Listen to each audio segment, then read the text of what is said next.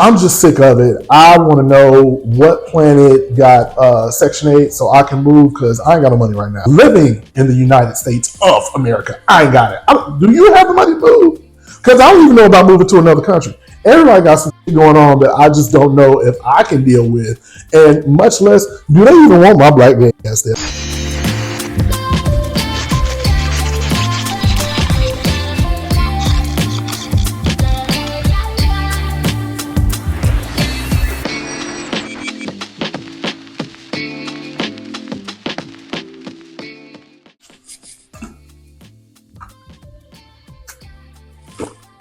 With the palette, get into it, shake off the sugar.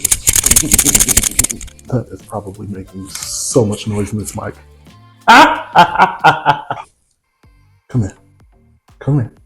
Yes, it is me, Marlin, your favorite gay uncle, and you are here tuned in to another episode of Don't Get Me Started, the podcast where real life rants can get rowdy respectfully.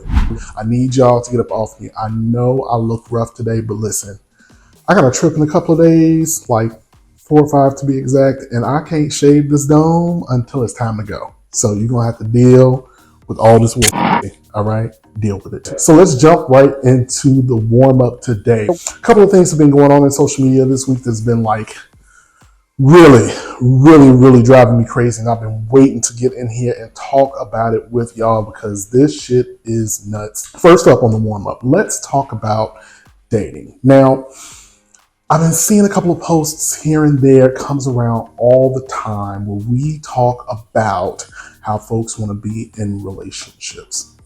Everybody wants somebody, right?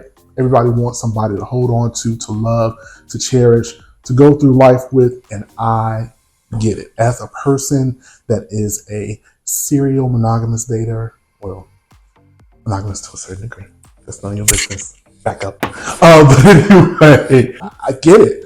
You know, I can't front and say that I don't understand what it means to want to be in love, to want to be cherished, to want somebody to spend your life with, because none of us want to spend this life alone, right? Right. Long and short of it is, the gays are always talking about how the dating pool is trash. Basura. It ain't got nothing in it but toxic tops and catty bottoms, from what the girls say. And then you want to get into the sides and the verse slander, which I need y'all to back up off the verse, folks. Okay. But I think that might be a big part of the problem. If we're being honest, a lot of it is a focus on sex and all that good stuff. And while that's cool, if we're looking for love and relationships, I think that there are more important things to talk about. My thing is this. The general consensus is that everybody wants somebody, right? Everybody wants somebody to be with. You want to date. You want to get out there. You want to chop it up and build and all that other good shit. But don't nobody know how to date. Nobody knows how to date for real. Everybody's got their semantics, their go-tos when it comes down to dating. I've seen y'all have the conversation ad nauseum about who should pay for a date. If I invite you, are you paying? Are we going Dutch? Y'all got a problem with folks going Dutch. There's so much entwined into the madness that I feel like it just muddles the important part of the situation, which is we trying to date to get to know each other, to move forward. Another thing that I'm seeing that I find very interesting is that now it's all about the money. Everybody got these standards for first dates, second dates, any date for that matter. And I just really don't understand what the deal is with equating how interested somebody is by how much they spend on a date. If the idea of dating is to get to know somebody, then I would think that where we're going to do this, it really shouldn't matter. Like, if I'm not with you and we not like serious, why does it matter where we go for this date? Everybody's trying to impress somebody.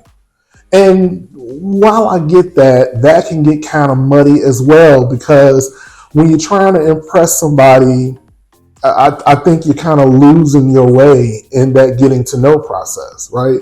You know, if I'm too busy out here trying to take you out to the most expensive steak restaurant so we can sit down and you can see how much I'm going to spend on you and worry about who's going to pick up the check at the end of this date, where are we really getting? What's really important? Second part to that is, let's talk about what type of bond we're building before we even get to the relationship part. Now, there's a couple of pieces to this that I also find very intriguing. Number one is, I don't know if y'all know how to be friends with the people that you're dating. True on that. I mean, really think about what type of connection we're doing before we get into the dating phase. If we can't be friends, shout out to Deborah Cox and RL. If we can't be friends, how are we going to fare in this relationship thing?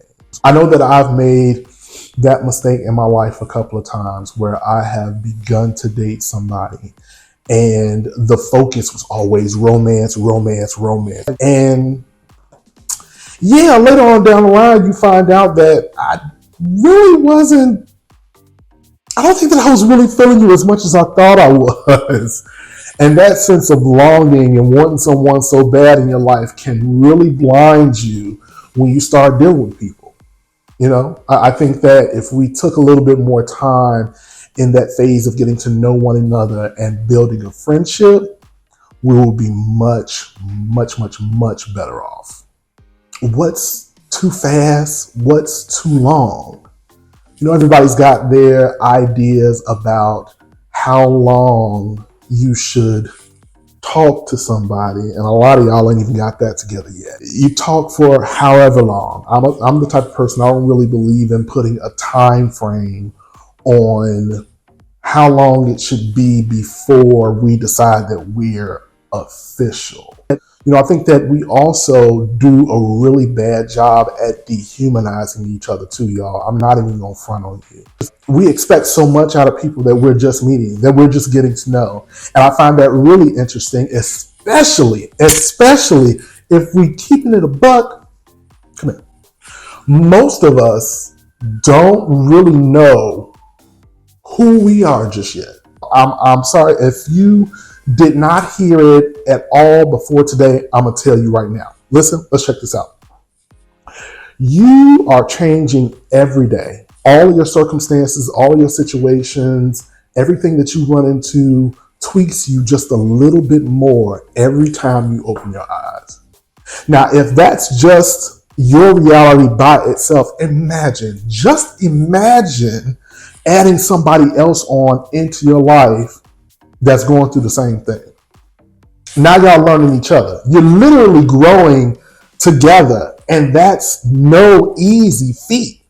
And then we battling trauma together, our trauma together, the trauma that we had before, because let's face it, a lot of us do trauma bonding, which don't really help either. A lot of y'all just don't have the patience to really be in a relationship with somebody else. And if you don't, that's okay. It's okay to take a step back and be like, you know what, right now, I'm just not in the space to be with somebody. I wish I would have told myself that a long time ago. A couple of times, child. I would have saved myself a little bit of the heartache if I would have just paused for the cause and said, you know what, all right, relax. You can wait. The cute boys is going to be there when you get done. All the men is going to be frolicking about when you get back to life. All right? It's okay. I know that there are a lot of you all out there that have a problem with people that date multiple people. Some of you don't understand the idea behind polyamory, open relationships, so forth and so on. Bottom line is this, y'all. If we keeping it a buck, the relationship that you share with someone else is the only thing that matters when it comes to dating and relationships. Everything outside of the orbit between you and the people and or person that you are committing your time and effort to means absolutely nothing. If y'all happy with what y'all got going on, why are we worried about everybody else? Why do we have to focus so much on the woes of the world and how everybody else is doing it if we're trying to work on what we got between me and you? And the reality of the matter is that half of the couple goals that we aspire to are not cakewalks. They're not. Some of them are toxic as shit, and we just don't know it.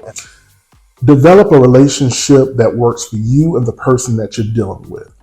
I need a couple of y'all to take a step back and look in the mirror, because if you feel like the dating pool is trash and you keep running into all of these people that are not meshing well with you,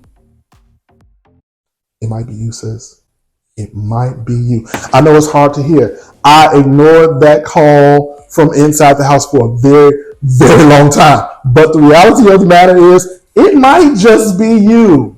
There's a lot of reflection that we got to do, and we got to do it quick, fast, and in a hurry.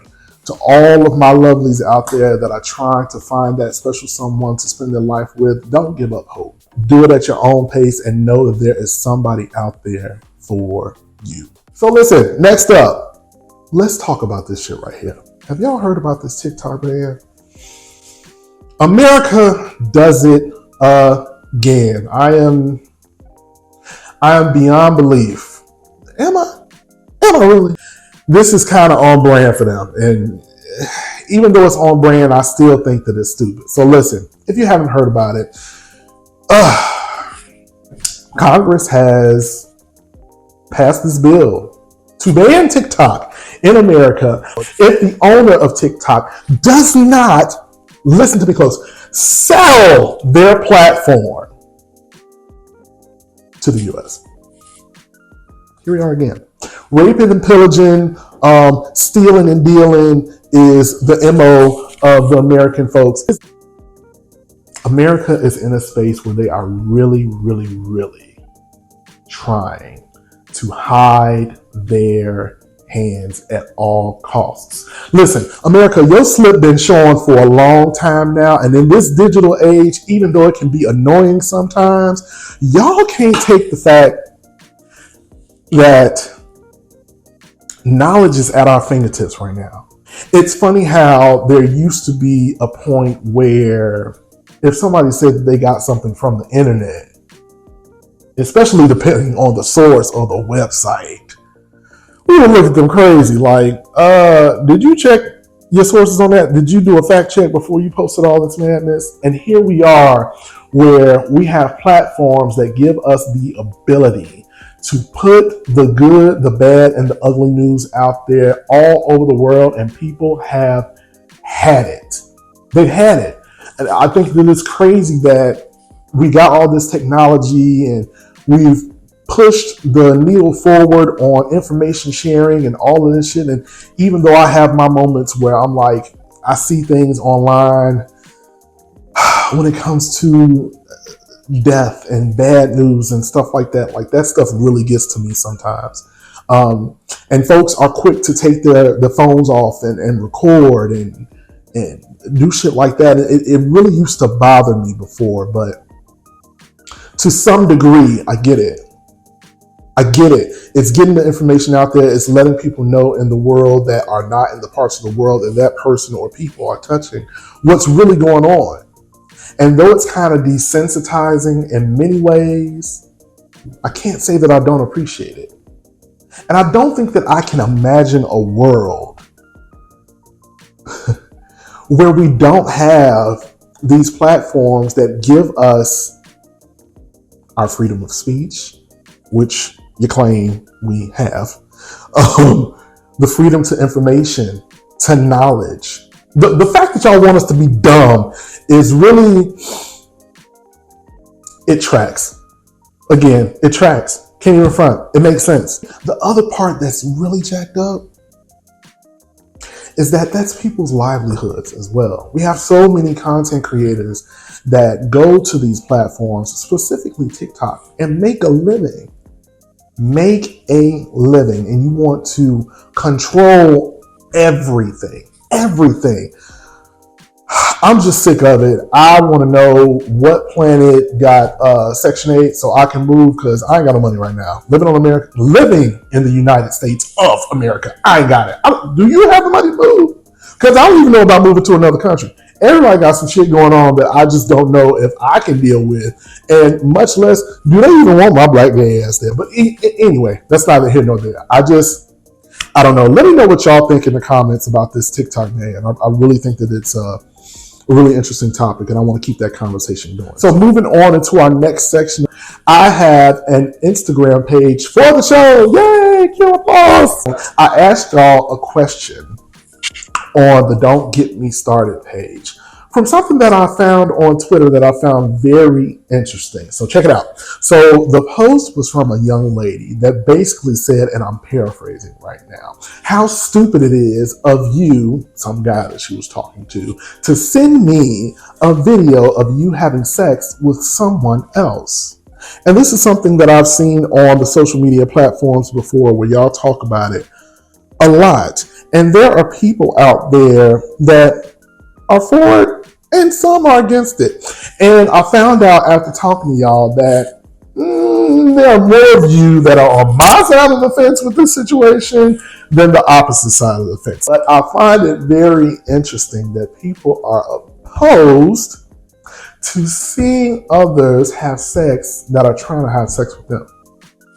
Follow me.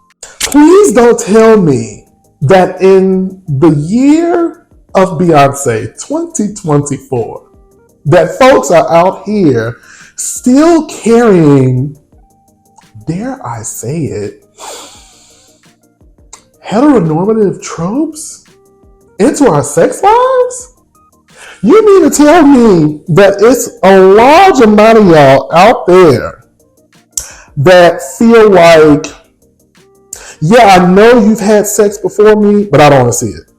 Because I want to know when I'm getting with you that I'm the only one. I want to be delusional and feel like nobody has been in that, tap that, hit that, suck that before we got to where we trying to go. It's about me and you only. But I'm sorry, y'all. I just really don't see it. I feel like if you send me a visual resume to show me how you get down, that would entice me a little bit more.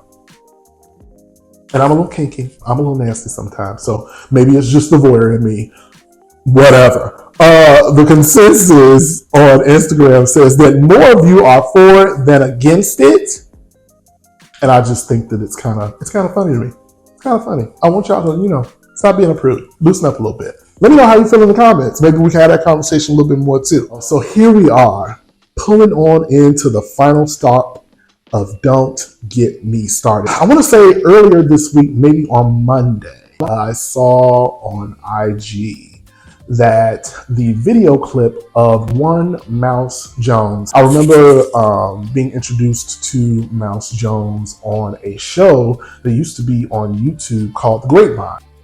On this specific clip, Mouse kind of goes in on the table about Black, straight, cishet men and women having a problem with gays and trans folk in leadership.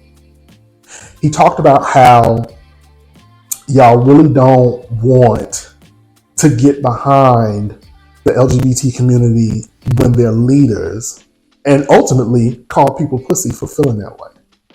That you got a problem with other folks taking the lead that you won't take for yourself.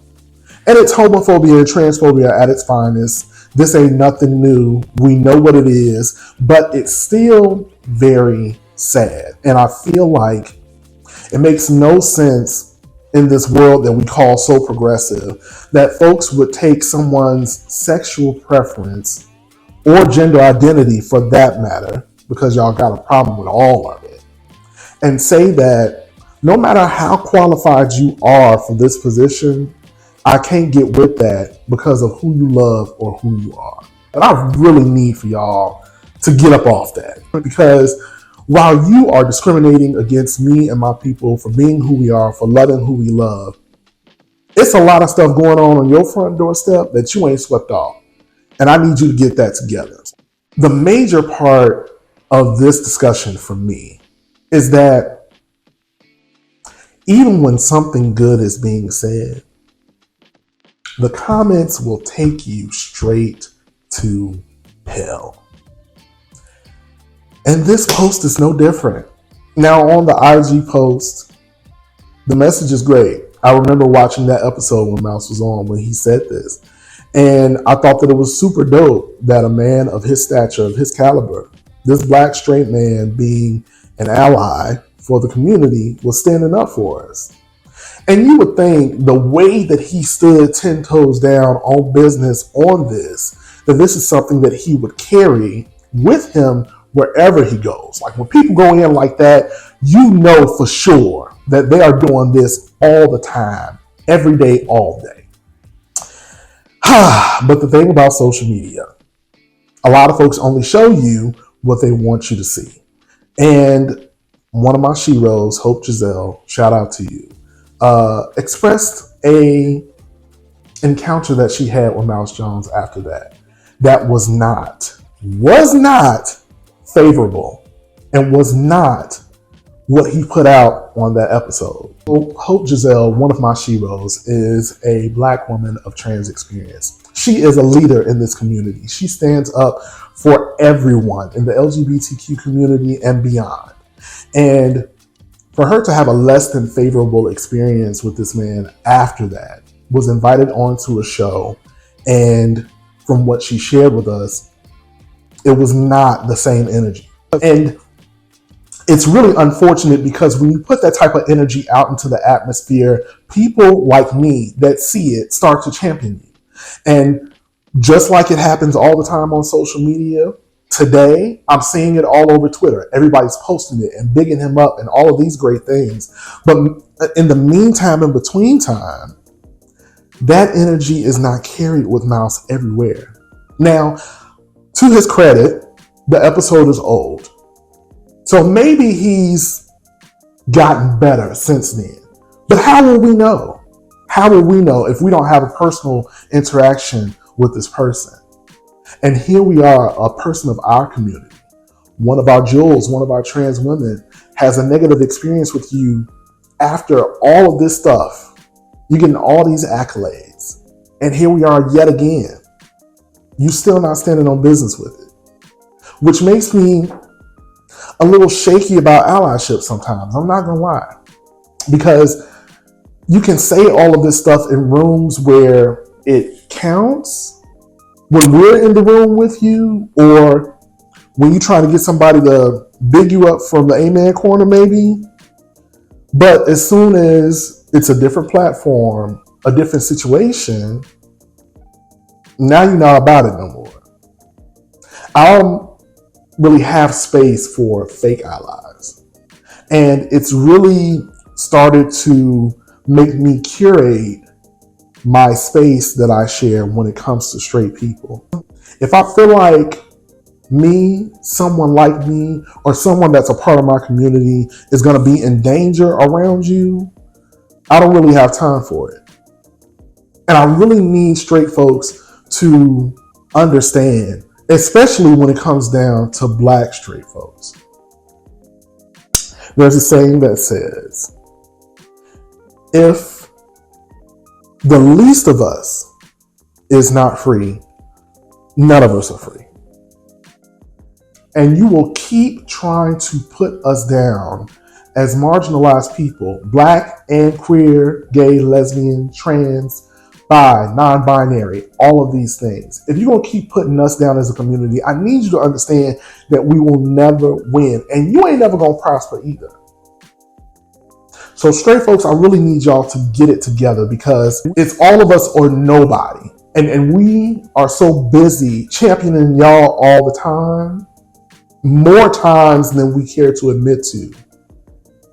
And y'all not stepping up for us. And that has got to change.